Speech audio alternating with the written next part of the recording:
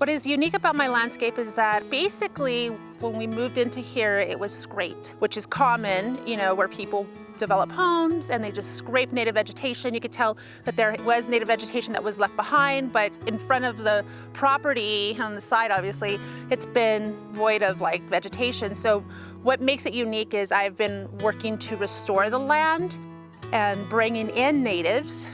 I want to support biodiversity, support the native pollinators, so that's been a real goal of mine, to also have a garden that I can look out at and I see all these different species of birds. It's just been this growing experience for me, and it's been so much fun.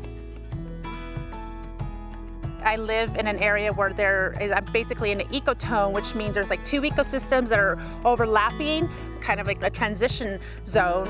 And whereas if you are in Joshua Tree, you're in the Mojave Desert. So here I have influences of different deserts ecosystems.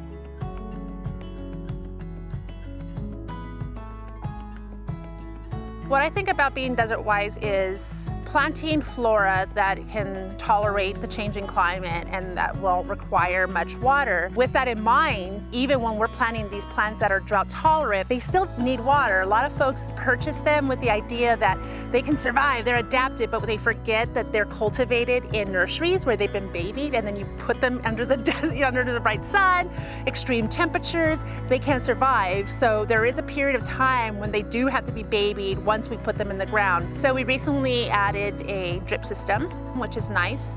But before that, I was hand watering all of them. Slow and low, moving the hose, timing it, 10 minutes, and so it's time consuming. And now having the drip system is just such a relief for me.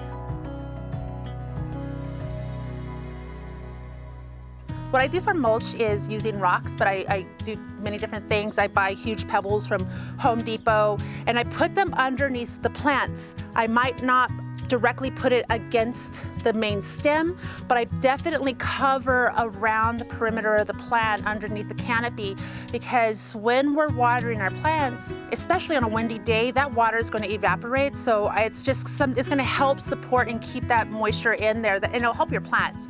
When you do that, you'll notice your plants will be happier. So I've done that a lot on the property here, or I've just rocks that I found on the property, I'll just kind of build them up and place them to kind of secure some of that moisture that's being put into the earth. I definitely would like to say it's really important to support native nurseries. Folks are going to box store, chain stores to buy their plants from, and I would say find your native plant nursery and purchase from them, and there's so much information that they could provide for you. So if you want to know what plant would do good for where I live, you have somebody that's experienced with that. Also, Cactus Mart is another one that I like, because they do have native species there, and the folks there can really help you in terms of designing your landscape. For me, being desert-wise would be learning about the flora that is naturally occurring where we live and supporting biodiversity by cultivating those plants. That's what being desert-wise to me is.